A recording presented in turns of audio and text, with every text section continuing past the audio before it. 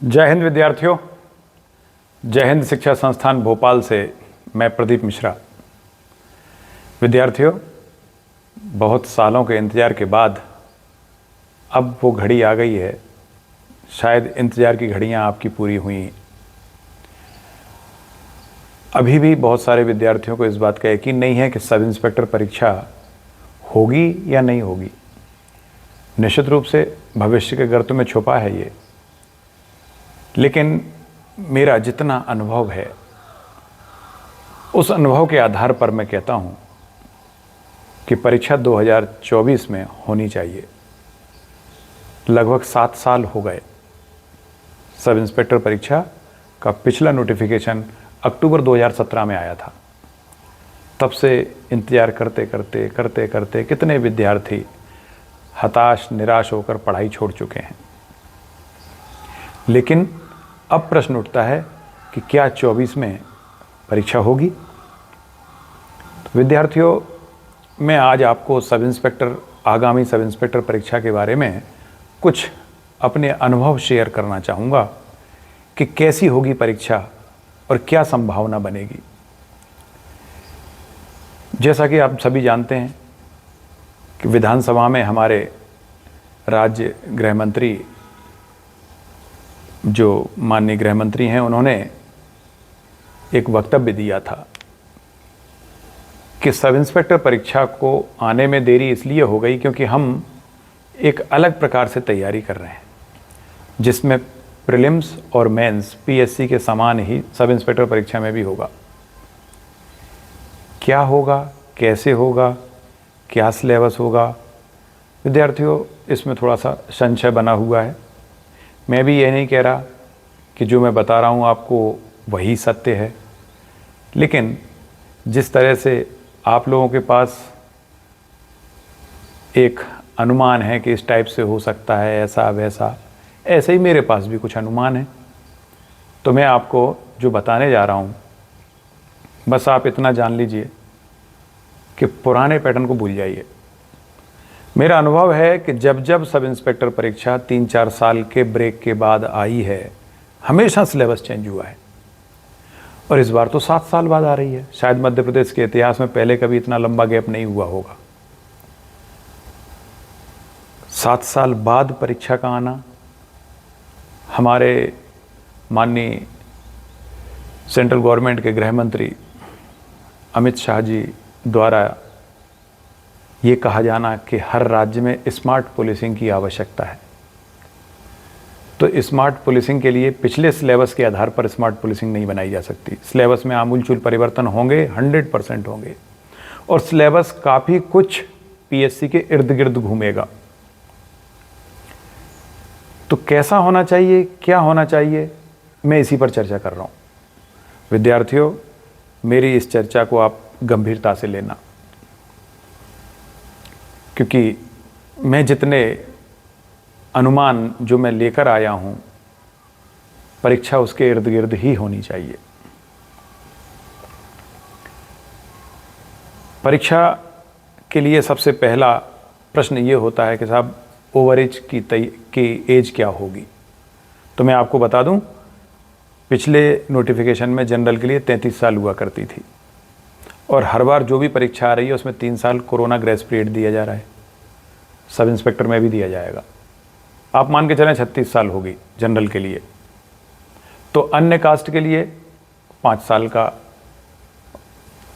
छूट मिलती है, 5 साल की, तो 41 साल अन्य के लिए।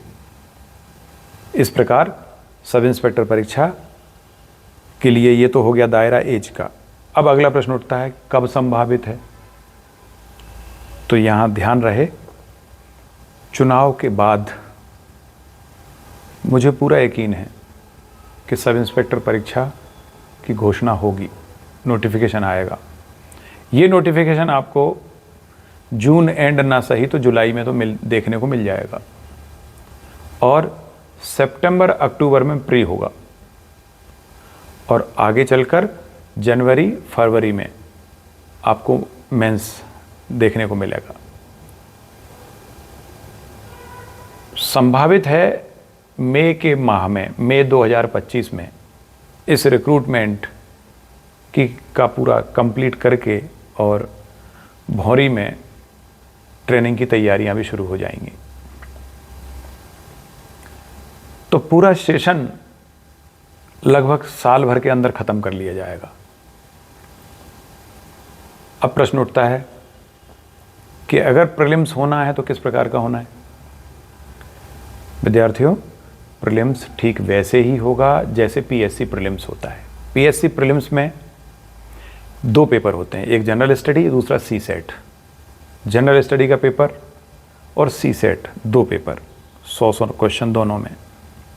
लेकिन यहाँ दोनों को मिलाकर एक पेपर बनाया जाएगा, अर्थात सी सेट के क्वेश्चन भी होंगे, सी सेट के क्वेश्चन भी होंगे और जनरल स्टडी के भी क्वेश्चन होंगे। ऐसे करके 100 क्वेश्चन होंगे, 100 नंबर के होंगे।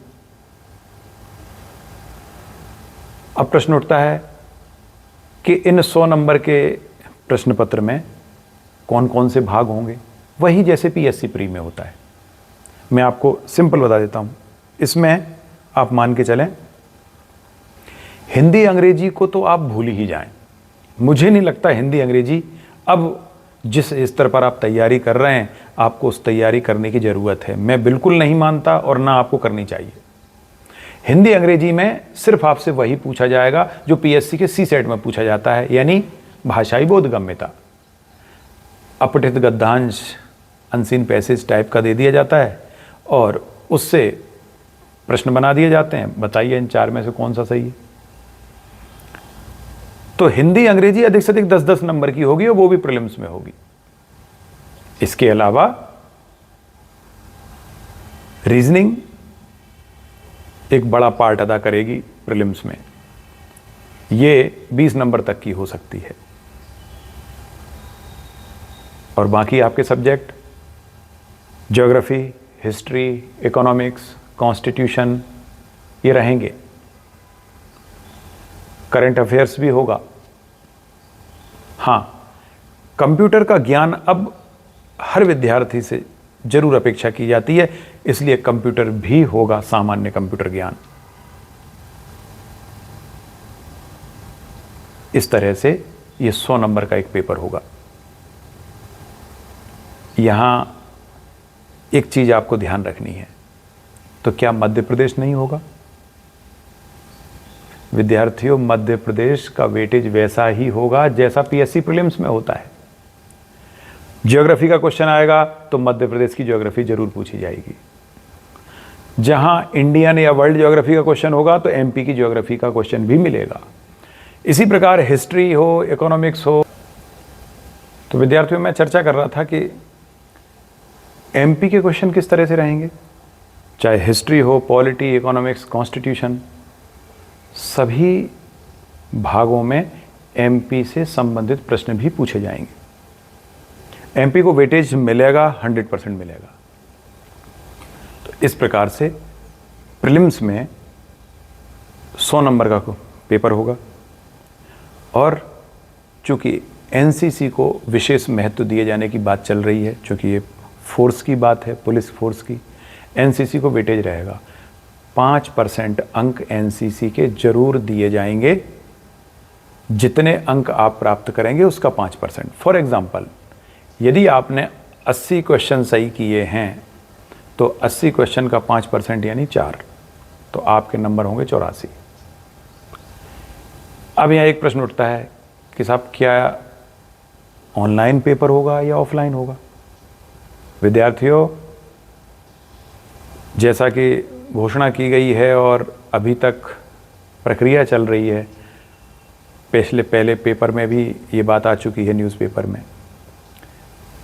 आप यकीन करें, मैक्सिमम संभावना पुलिस हेडक्वार्टर द्वारा ही परीक्षा करवाए जाने की है। और अगर ऐसा हुआ तो ऑफलाइन पेपर होगा, ऑनलाइन नहीं होगा। पूरे मध्य प्रदेश में एक ही दिन होगा, सबके लिए एक जैसी प्रश्नावली होगी। तो फिर ऐसी कंडीशन में अब प्रश्न उठता है, पोस्ट कितनी होंगी? विद्यार्थियों, पूरे मध्य प्रदेश में सब इंस्पेक्टर के कुल 7,500 पद हैं इस समय जो स्वीकृत हैं, और 7,500 पदों में से लगभग 1,500 पद खाली हैं। तो क्या सरकार 1,500 पद एक साथ दे देगी? नहीं देगी, नेचुरल नहीं देगी। कितने पद आने की संभावना है? 600 से 800, ये मैक्सिमम संभावना है। 50% से ज़्यादा पद नहीं दिए जाएंगे। अब अगला प्रश्न उठता है कि प्रीलिम्स में अगर एक ही दिन ऑफलाइन पेपर होना है तो कट ऑफ कहाँ जाना चाहिए? तो ये तो पेपर की सरलता पर निर्भर करेगा, सरलता या कठिनता पर। अगर पेपर कठिन है तो कट ऑफ कम, सरल है तो कट ऑफ ज़्यादा जाएगा। हाँ, रिजर्वेशन का क्राइटेरिया वही होगा जो अभी चल रहा है। इस लिहाज से मुझे ऐसा लगता है कि कैसा भी पेपर होगा, जनरल की मेरिट 80 के आसपास तो जाएगी, क्योंकि जनरल के लिए पोस्ट बहुत कम रहेंगी और उसमें भी 5% एनसीसी का वेटेज मिलेगा। तो जिनको एनसीसी का वेटेज मिल गया उनकी तो नैया पार है, 5% बहुत होता है। और यहाँ भी एक ध्यान देने की बात यह है कि होमगार्ड के सैनिकों के लिए रिजर्वेशन रहेगा अलग से, एक्स आर्मी मैन के लिए रिजर्वेशन रहेगा, और साथ में ऐसे कांस्टेबल्स जिनके 6 साल पूरे हो गए हैं, पुलिस विभाग में ही जो पुलिस विभाग के ही कर्मचारी जिनके 6 साल कंप्लीट हो गए होंगे, और सभी के हो गए होंगे क्योंकि 7 साल पहले आई थी एसआई, तो स्वाभाविक है उसमें सभी के लिए है ये। उसमें जेल पुलिस भी होगी, आबकारी पुलिस भी होगी। तो जिनके 6 साल पूरे हो गए होंगे उनको भी रिजर्वेशन दिया जाएगा। 15% रिजर्वेशन है उनके लिए, बहुत होता है। तो जनरल के लिए सीट बहुत कम रहेंगी, ये आप मान के चलिए। ईडब्ल्यूएस का 10% तो है ही, उसको सब ये सारे रिजर्वेशन निकाल दो तो विद्यार्थियों जनरल के लिए बचता है केवल 13%, जनरल लड़कों के लिए।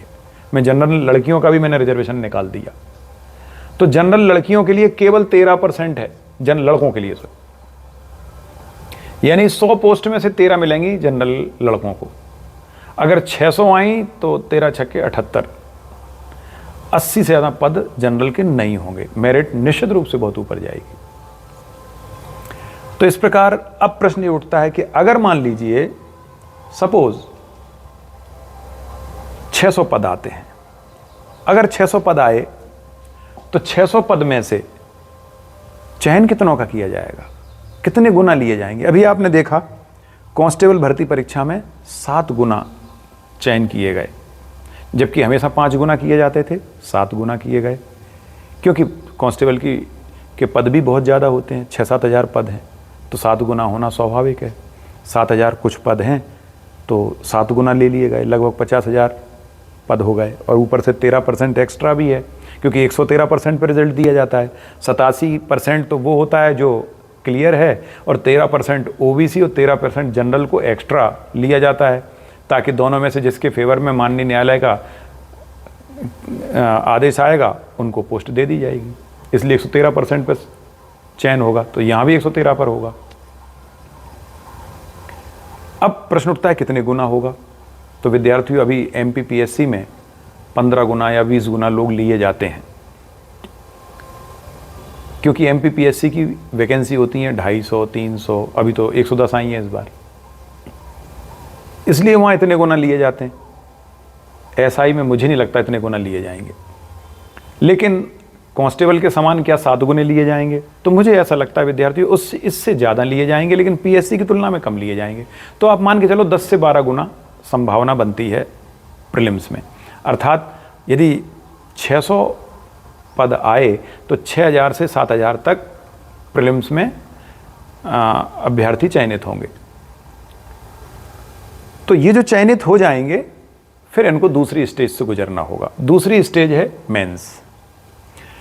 मेंस में जैसे कि अटकलें चल रही हैं, 300 के 2 पेपर होंगे, और ये दोनों ऑब्जेक्टिव होना चाहिए। डिस्क्रिप्टिव की बात पहले एक बार को चली थी, लेकिन फिर कहीं ना कहीं इस पे संशोधन हुआ और फिर से ऑब्जेक्टिव की बात होने लगी। मुझे भी लगता है ऑब्जेक्टिव ही होगा।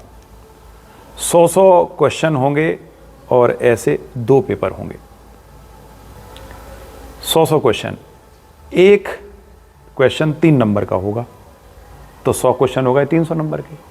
तो ऐसे 2 पेपर होंगे आपके 300 नंबर के। तो इसको 2 भागों में बांट दें हम। अगर मैं इसको 2 भागों में बांट दूं विद्यार्थियों, तो 300 नंबर के 2 प्रश्न पत्र होंगे। 300 का फर्स्ट प्रश्न पत्र और 300 का सेकंड प्रश्न पत्र, इस तरह से। पीएससी में हम जानते हैं अब 300 नंबर का पेपर होता है तो उसके 2 भाग होते हैं, खंड आ और खंड बा। 150 का खंड आ और 150 का खंड बा। अब इसको भी 2 भागों में बांट दो, इसके भी 2 भाग कर दीजिए, 150 ए और 150 बी। ठीक इसी प्रकार इसके भी 2 खंड कर दीजिए आप।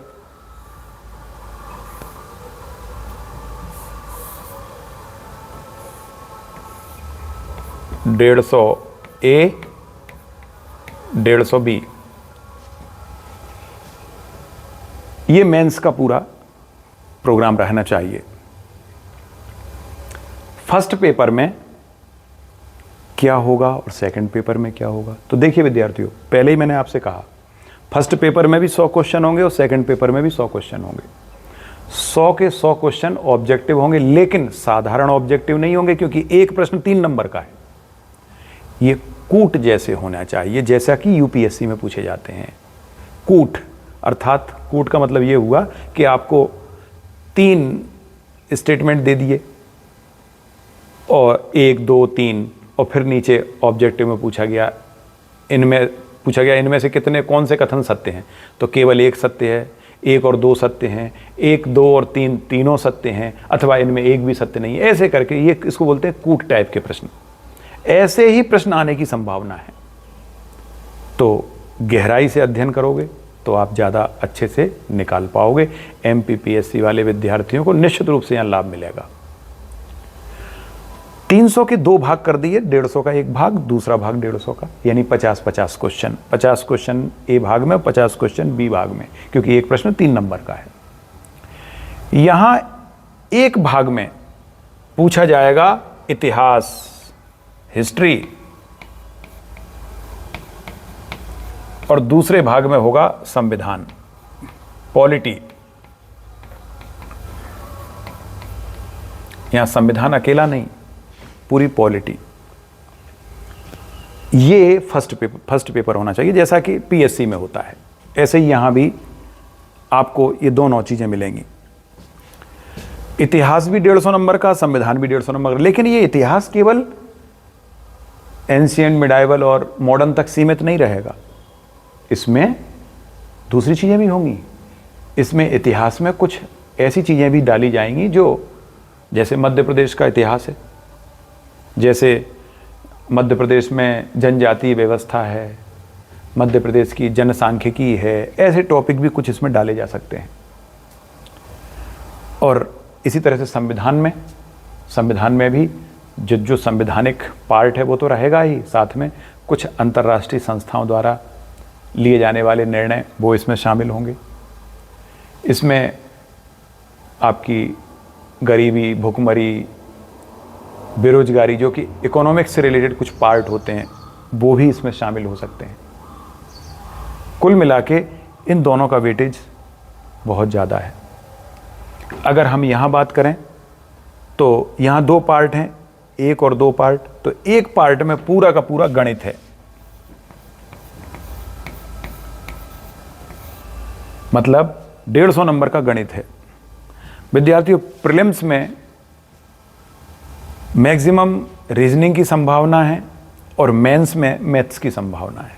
और मैथ्स चूंकि सब इंस्पेक्टर में शुरू से अच्छा वेटेज रहा है मैथ्स का, 200 नंबर का जो पहले सब इंस्पेक्टर हुआ करता था उसमें 40 नंबर तक मैथ्स पूछा जाता था। यहाँ भी मुझे पूरा यकीन है लगभग 1/4 पार्ट मैथ्स और कुछ रीजनिंग का पार्ट हो सकता है, लेकिन चूंकि मैक्सिमम रीजनिंग प्रीलिम्स में आ जाएगी, क्योंकि सी सेट का मामला होता है, तो वो प्रीलिम्स में पूछ लिया जाएगा। मेंस में मैथ्स ही पूछा जाएगा। और मैथ्स कौन सा होना चाहिए? इतिहास, संविधान और गणित, इनके सिलेबस क्या होने चाहिए? विद्यार्थियों, आप सजग हो जाइए, इनके सिलेबस वही होंगे जो वर्तमान में पीएससी के सिलेबस हैं। आप पन्ने पलटिए पीएससी में क्या क्या है, लगभग वही चीजें आपको देखने को मिलेंगी। मैथ्स में भी पूरा मैथ्स नहीं पूछा जाएगा, पीएससी में जो मैथ्स है, अभी जो नया पीएससी का सिलेबस आया है उसमें 2 यूनिट है मैथ्स के, एक में सांख्यिकी है और एक में नंबर सिस्टम वगैरह इत्यादि व्यवहार गणित है। वही दोनों यूनिट यहां होंगे और 150 नंबर के होंगे। सबसे ज्यादा स्कोरिंग यही है, क्योंकि समय आपके पास पर्याप्त है, समय की कोई कमी नहीं है, समय अच्छा खासा समय मिलेगा ये प्रश्न पत्रों को बनाने के लिए आपको। और 150 नंबर के शेष भाग में अन्य सारे सब्जेक्ट होने चाहिए। अब इसमें क्या क्या होगा, इसमें होगा नंबर 1, इसमें होगा करंट अफेयर्स यानी समसामयिकी,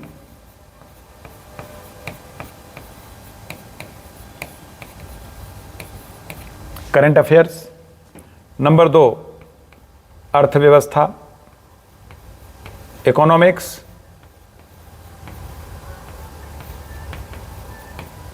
नंबर 3 एनवायरनमेंट यानी पर्यावरण।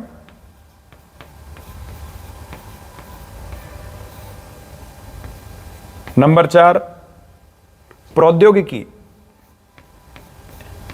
जो कि पीएससी में है, साइंस एंड टेक्नोलॉजी पीएससी में है, ये वही चीज यहां भी। अब यहां आप एक चीज दिमाग में रखना विद्यार्थियों, जितनी चीजें ऑब्जेक्टिव टाइप की थी, सरल थी, वो सब प्री में आएंगी। जैसे साइंस मतलब फिजिक्स, केमिस्ट्री, बायोलॉजी, ये साइंस का पार्ट ये प्रीलिम्स में होगा। मेंस में क्या होगा, मेंस में होगी टेक्नोलॉजी। तो साइंस एंड टेक्नोलॉजी 2 अलग अलग पार्ट हो गए। प्रीलिम्स जो 100 नंबर की है, इसमें मैंने जैसे आपको बताया कि आपका हिस्ट्री, पॉलिटी, इकोनॉमिक्स और ज्योग्राफी, इन 4 बड़े सब्जेक्ट के साथ 5वां सब्जेक्ट है सामान्य विज्ञान। सामान्य विज्ञान में फिजिक्स, केमिस्ट्री और बायो के दोनों, जूलॉजी, बॉटनी, एग्रीकल्चर वगैरह, ये सब उसी में आ जाएगा सामान्य विज्ञान में। इसके अलावा हिंदी, इंग्लिश, बोधगम्यता, कंप्यूटर साइंस, रीजनिंग और करंट अफेयर्स, ये थे पार्ट प्रीलिम्स के। मेंस में वही चीज प्रौद्योगिकी यानी टेक्नोलॉजी के रूप में आ जाएगी। और सबसे महत्वपूर्ण होगा पुलिसिंग।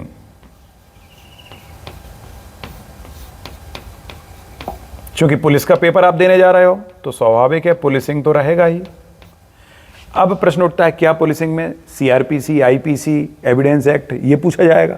तो विद्यार्थियों आप भूल जाइए, क्योंकि ये पूरा का पूरा चेंज हो गया है। अभी पुलिस वालों को ही नहीं पता कि आईपीसी, सीआरपीसी और एविडेंस एक्ट में नई धाराएं किस तरह से आई हैं, इसलिए मुझे नहीं लगता आपसे पूछा जाएगा।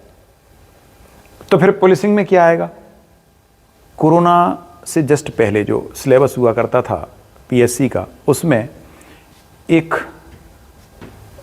आंतरिक सुरक्षा को खतरे, भारत की आंतरिक सुरक्षा, बाह्य सुरक्षा को खतरे वाली एक चैप्टर हुआ करता था। यही चीज इसमें भी होनी चाहिए। मतलब सुरक्षा को खतरे किससे हैं? आतंकवादियों से, नक्सलवादियों से, उग्रवादियों से, इन सब से रिलेटेड प्रश्न पूछे जाएंगे। यानी भारत में आतंकवाद, उग्रवाद, नक्सलवाद, साथ में साइबर क्राइम फ्रॉड आजकल बहुत ज्यादा हो रहा है, तो साइबर क्राइम भी इसमें शामिल होगा पुलिसिंग में। इस तरह से ये 5 पार्ट होंगे 120 नंबर के, 150 नंबर के, और 150 नंबर का गणित, 150 का इतिहास, 150 का संविधान, हो गए 600 नंबर। यहां आपको जो एक सबसे महत्वपूर्ण बात याद रखनी है विद्यार्थियों, वो ये माइनस मार्किंग की पूरी संभावना है। और ये माइनस मार्किंग चूंकि 3 नंबर का एक प्रश्न है, तो माइनस मार्किंग भी 1/3 होना है। मतलब 3 प्रश्न गलत हो गए तो 1 नंबर आपका कम हो गया। 1/3, 1/3, 1/3 ये माइनस मार्किंग होगी। एक प्रश्न गलत होने पर 0.33 मार्क्स कम हो जाएंगे आपके। तो माइनस मार्किंग है, अगर गहराई से अध्ययन नहीं करोगे तो माइनस मार्किंग के कारण ही आप पिछड़ जाओगे। विद्यार्थियों, अब सब इंस्पेक्टर वैसा नहीं रह गया कि गली नुक्कड़ में खोलने वाला कोई भी एक संस्थान हर कोई पढ़ा रहा है सब इंस्पेक्टर। अब जिसमें पीएससी पढ़ाने का मादा है, दम है, गहराई से पढ़ाने की दम है, वही सब इंस्पेक्टर भी पढ़ा पाएगा। और ऐसे विद्यार्थी जो लगातार वो हिंदी अंग्रेजी 100 नंबर, 70 की हिंदी, 30 की अंग्रेजी अपन तो ले आएंगे 90 पार, और हो जाएगा सिलेक्शन, ऐसे विद्यार्थियों का टिकट कट चुका है। गलतफहमी में न रहें, वो सब इंस्पेक्टर नहीं बन सकते। अब गई बात, बहुत दूर की बात हो गई। अब सिर्फ वही विद्यार्थी सिलेक्ट होंगे जो गहराई से इन विषयों का अध्ययन करेंगे। तो यहां एक सबसे महत्वपूर्ण बात, एनसीसी का 5% कोटा यहां भी है। मतलब अगर सपोज आपके 600 में से 400 नंबर आए तो 400 का 5% यानी 20 नंबर जोड़ के आपके अंक होंगे 420। और 20 नंबर की बढ़त बहुत होती है मेंस में। सिलेक्शन की का दायरा आपका बढ़ जाएगा। एनसीसी सी सर्टिफिकेट, यहां ध्यान रहे, सी सर्टिफिकेट को ही मान्यता मिलेगी, ए और बी को नहीं। तो इस तरह से ये आपका सिलेक्शन का क्राइटेरिया हो गया। चूंकि पहली बार इस तरह से पेपर होने जा रहा है तो कट ऑफ कितना होना चाहिए। अब प्रश्न उठता है कट ऑफ कितना और कितने गुना। तो जैसे पीएससी मेंस में 3 गुने लिए जाते हैं, ऐसे यहां भी सब इंस्पेक्टर मेंस में भी 3 गुने लिए जाएंगे। यानी 600 पद के अगेंस्ट में 10 से 12 गुना सिर्फ सिलेक्शन हुए थे प्री में, उसके बाद अब घट के रह जाएंगे 1800। 600 पद होंगे तो 1800 सिलेक्शन होंगे मेंस में। इन 1800 अभ्यर्थियों को फिजिकल के लिए बुलाया जाएगा। फिजिकल होगा 100 नंबर का, ठीक वैसा जैसा कांस्टेबल में है, ठीक वैसा, कोई अंतर नहीं होगा। कांस्टेबल में 800 मीटर रनिंग के लिए 40 अंक हैं, शॉर्टपुट के लिए 30 और लॉन्ग जंप के लिए 30। सेम वही क्राइटेरिया दोनों में कोई अंतर नहीं होगा। इसके 3 पार्ट, इसमें क्या क्या, रनिंग, दौड़, लॉन्ग जंप, लंबी कूद और शॉर्ट पुट यानी गोला फेंक। और दौड़ के 40 अंक, लंबी कूद के 30 अंक, गोले के 30 अंक, हो गए 100। विद्यार्थियों, जितने कांस्टेबल अभी तैयारी कर रहे हैं, मैक्सिमम कांस्टेबल 60 के ऊपर अपना परफॉर्मेंस लाने में सफल हो चुके हैं। ठीक यही चीज सब इंस्पेक्टर में भी देखने को मिलने वाली है। मतलब 100 में से 60 नंबर तो आम बात है, बच्चे लेके आएंगे ही सिलेक्शन पाने वाले। क्योंकि 3 इवेंट अगर बच्चे अच्छे से तैयारी करेंगे तो 60 नंबर लाना कोई बड़ी बात नहीं है। इंटरव्यू 50 नंबर का बहुत महत्वपूर्ण होगा। और ये इंटरव्यू निश्चित रूप से, जो पुलिस की परीक्षा है तो पुलिस के अधिकारी ही इंटरव्यू आपका लेने वाले हैं। आईपीएस अधिकारी बैठेंगे, वही आपका इंटरव्यू लेंगे। और आईपीएस की अप्रोच अच्छी होती है, स्वाभाविक है, बड़ी परीक्षा को पास करके आते हैं, नॉलेज होता है उनके पास। तो उन्हें कैसे अभ्यर्थी चाहिए, कैसे पुलिस अधिकारी चाहिए, ऐसे सब इंस्पेक्टर जिन्हें हर फील्ड का नॉलेज हो। बाकी ट्रेनिंग तो दी ही जाएगी, वो स्पेसिफिक होगी आपका एक प्रकार से जो प्रोफेशनल ट्रेनिंग है वो तो आपको एकेडमी में मिलेगी, भौरी में। लेकिन हर फील्ड का एक सामान्य ज्ञान की तो आपसे अपेक्षा की जाएगी, तभी तो स्मार्ट पुलिसिंग बन पाएगी। तो इस प्रकार से इंटरव्यू 50 नंबर का होगा। तो सिलेक्शन का दायरा कहां पहुंचेगा विद्यार्थियों? मैं अभी जो बता रहा हूं वो जनरल का बता रहा हूं आपको। जनरल 600 में से 400 के आसपास तो जाएगा पक्का। फिजिकल में 60 नंबर ले लो, 60-65, और इंटरव्यू में 30-35, कुल मिला के 500 नंबर अगर 750 में से आएंगे तो सिलेक्शन की संभावना बनेगी। 750 में से 500 यानी 2/3 इतने जनरल को लाने ही पड़ेंगे। और शेष तो इस प्रकार से अगर मैं कहूं, ये टोटल मिला के पूर्णांक है 750 का। और 750 में से सिलेक्शन का क्राइटेरिया क्या होना चाहिए? 500। चयन के लिए अंतिम चयन जब होगा आपका तो 750 में से कम 500 नंबर आपके आने चाहिए, तब जाके आपका अंतिम चयन होगा। विद्यार्थियों, ये जो मैंने आपको समरी दी है ये बड़ा इंपॉर्टेंट समरी है। और अगर आप इसके अनुसार अभी से तैयारी करोगे तो ही सिलेक्शन मिलेगा। जितने विद्यार्थी पहले से सब इंस्पेक्टर की तैयारी वो 200 नंबर वाले सब इंस्पेक्टर को मानकर कर रहे थे, विद्यार्थियों भूल जाइए, कुछ नहीं हो सकता। और अगर अभी भी आप 200 नंबर के पीछे लगे हो तो बहुत बड़ी गलती कर रहे हो। जिस दिन नोटिफिकेशन आएगा आपको मेरी याद जरूर आएगी। भूल जाइए। अब आप ऐसे तैयारी कीजिए जैसे मैंने बताया है। थोड़ी देर के लिए अगर आपको यकीन नहीं हो रहा कि हिंदी अंग्रेजी कैसे हट सकती है, 70 और 30 नंबर बड़ा इंपॉर्टेंट, 50% वेटेज हुआ करता था। तो आप पढ़ पढ़ के 7 साल हो गए आपको। अरे बहुत होता है 7 साल, और कितना पढ़ोगे? अभी छोड़ दो फिलहाल, जब नोटिफिकेशन आ जाए उसके बाद फिर पढ़ लेना अगर उसमें आ जाए तो, नहीं तो अभी तैयारी इनकी कीजिए जो मैंने आपको बताया है। और तैयारी अभी से कीजिए, क्योंकि जिस दिन नोटिफिकेशन आएगा दोनों परीक्षाओं के लिए आपको मैक्सिमम 6 महीने मिलेंगे, मैक्सिमम, और 6 महीने में सिलेबस नहीं होगा, ये बहुत बड़ा सिलेबस है। अभी से तैयारी कीजिए। मैं भोपाल में जय हिंद शिक्षा संस्थान में मैं खुद पढ़ाता हूं, विद्यार्थियों निःशुल्क पढ़ाता हूं। बहुत गंभीरता से बड़े स्तर की तैयारी, ये पूरा सिलेबस की तैयारी जय हिंद शिक्षा संस्थान में हो चुकी है। लेकिन निःशुल्क पढ़ाने का मतलब ये नहीं है कि हम गधों को पढ़ाना शुरू कर दें, ये नहीं होगा। वही पढ़ाए जाएंगे जिनमें पोटेंशियल है, योग्यता है, जो हमारे पैमाने पर खरे उतरते हैं, जो सुबह से लेकर शाम तक के हमारे द्वारा बनाए गए रूल्स रेगुलेशन को फॉलो कर सकते हैं, उन्हीं के लिए है ये जय हिंद शिक्षा संस्थान। अभी हमने रजिस्ट्रेशन के लिए एक QR कोड बनाया है, एक पैम्पलेट है हमारा, वो हम आपको देंगे इसके साथ। आप रजिस्ट्रेशन कर दीजिए, QR कोड को गूगल स्कैन कीजिएगा, फॉर्म खुल जाएगा, आप रजिस्ट्रेशन कीजिए। 28 अप्रैल को सुबह 9 बजे मैं एंट्रेंस एग्ज़ाम लूँगा। एंट्रेंस एग्ज़ाम में मैं केवल आपसे प्रीलिम्स वाला पार्ट पूछूंगा, मतलब हर सब्जेक्ट से 4-4, 5-5 क्वेश्चन मैं लूँगा, चाहे मैथ्स हो, फिजिक्स हो, केमिस्ट्री हो, बायो हो, zoology, botany, agriculture, environment, physics, chemistry के अलावा और आपका history, economics, geography, constitution, Hindi, English, current affairs, MP, सबके प्रश्न होंगे। और प्रश्न कैसे होंगे? बहुत सरल, क्योंकि हम आपसे एंट्रेंस एग्जाम में केवल जनरल अवेयरनेस की बात करेंगे, गहराई से प्रश्न नहीं देंगे। लेकिन जनरल अवेयरनेस भी अगर आपको नहीं आती तो चयन नहीं हो पाएगा, मैं क्षमा चाहूँगा। अगर आप जय हिंद शिक्षा संस्थान में पढ़ना चाहते हो, 13 मई से नए सिलेबस को ध्यान में रखकर सब इंस्पेक्टर की तैयारी करवाई जाएगी। विद्यार्थियों, मैं जानता हूं आज मध्य प्रदेश में गरीबी बहुत ज़्यादा है, सब पैसा खर्च नहीं कर सकते, मुझे पता है। आप भोपाल, इंदौर आकर और लाखों रुपए खर्च करो पढ़ाई पर, यह कष्टदायी है। इसीलिए मैंने ये संस्थान खोला है आप जैसे विद्यार्थियों के लिए। आप आइए, रजिस्ट्रेशन कीजिए, मेरे यहाँ एग्ज़ाम दीजिए, चयनित होइए। विद्यार्थियों, बस इतना कह सकता हूँ, अगर आपने मेरे अनुसार पढ़ाई की तो आपके सिलेक्शन की गारंटी भी मेरी है।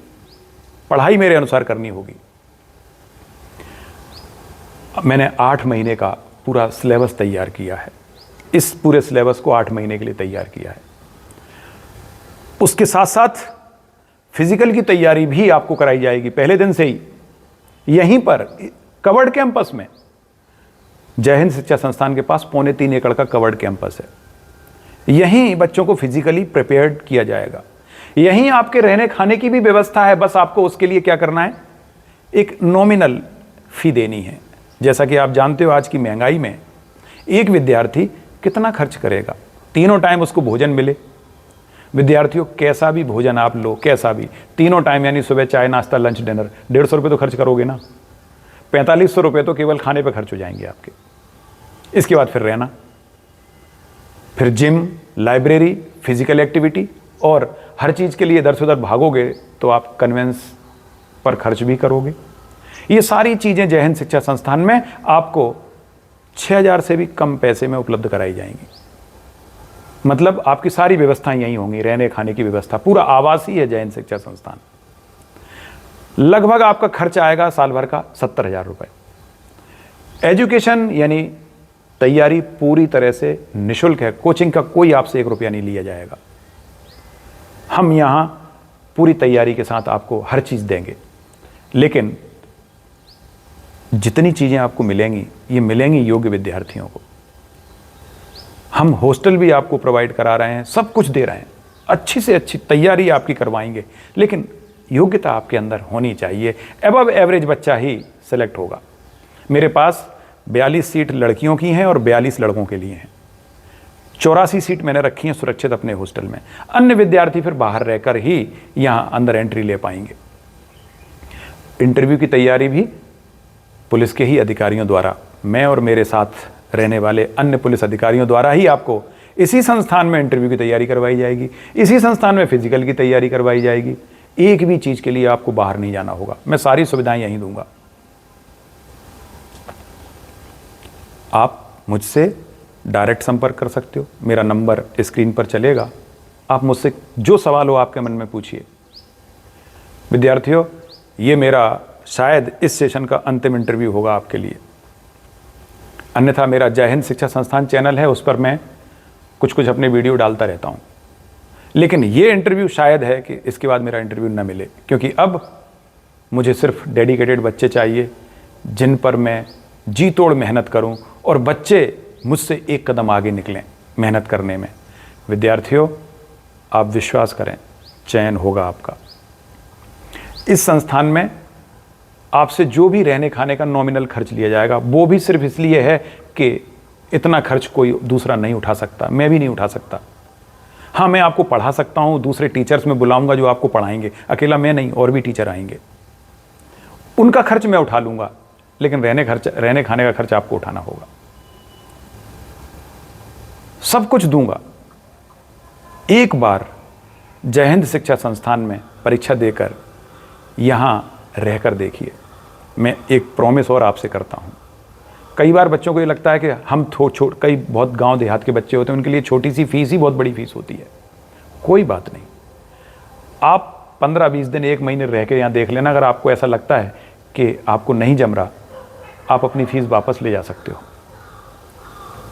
आपको वापस कर दिए जाएंगे पैसे। फीस एक्चुअली वो फीस है ही नहीं, पहले तो फीस अपने दिमाग से निकाल दीजिए। ये आप पर होने वाला खर्च है। और आप कहीं भी भोपाल, इंदौर में जाकर पूछिए किसी से कि अगर लगभग 5800 रुपये आपसे लिए जाते हैं आपको सारी सुविधाओं को देकर मंथली, तो ये फीस क्या ज़्यादा है या इसमें कोई क्या अर्निंग कर सकता है? इसमें एजुकेशन यानी कोचिंग भी शामिल है आपकी। विद्यार्थियों, मेरे ख्याल से, मेरे अपनी ज़िंदगी का जितना अनुभव है, मुझे नहीं लगता पूरे हिंदुस्तान में कोई भी इतने कम पैसों में आपको इतनी सारी चीज़ें उपलब्ध करा सकता है। हाँ, कोई ट्रस्ट या सरकारी योजना के अंतर्गत जरूर ऐसा हो सकता है, लेकिन इंडिविजुअल कोई संस्थान आपको ये सब चीज़ें नहीं दे सकता। मैं सब चीज़ें तैयारी के साथ मैदान में उतर रहा हूँ, विषय विशेषज्ञों के साथ मैदान में उतर रहा हूँ। आप बस 28 तारीख को मेरा एग्ज़ाम दे दीजिए।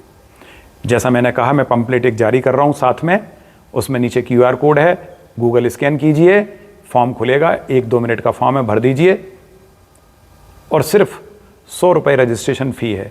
वो मैंने इसलिए रखी है ताकि डेडिकेटेड बच्चे ही ये फॉर्म भर सकें, नहीं तो हर कोई भर देगा। और आपकी जो उस दिन परीक्षा आयोजित की जाएगी उस पर जो खर्च होगा ये वो है 100 रुपये। तो नीचे जो नंबर दिया है उसी पर आपको गूगल पे या फ़ोन पे से भेज देना है। अगर आपको विश्वास है मेरे जैसे पुलिस अधिकारियों पर, और भी अधिकारी जो आपके सहयोग करने के लिए तत्पर हैं, तो सारे आर्थिक रूप से अक्षम बच्चे जो योग्य हैं, विशेष रूप से वो इस संस्थान में आएं, एडमिशन लें और फिर देखिए आपकी पढ़ाई में कितना आनंद आएगा। आप सुबह से शाम तक की आपकी दिनचर्या कैसी होगी। एक गुरुकुल की तर्ज पर ही आपको यहाँ पढ़ाया जाएगा, रखा जाएगा, भोजन कराया जाएगा, और भोजन ऐसा, ये मेरा दावा है, पूरी तरह से हेल्दी, प्रॉस्पेरस, सर्व गुणों से संपन्न, सब कुछ आपको मिलेगा। तो आइए तैयारी कर लीजिए। 28 अप्रैल सुबह 9 बजे, 8 बजे रिपोर्टिंग टाइम है, सुबह 9 बजे से आपका एग्ज़ाम होगा। इस एग्ज़ाम को पास कीजिए और विद्यार्थियों, सब इंस्पेक्टर की तैयारी में आज से ही जुट जाइए। जय हिंद।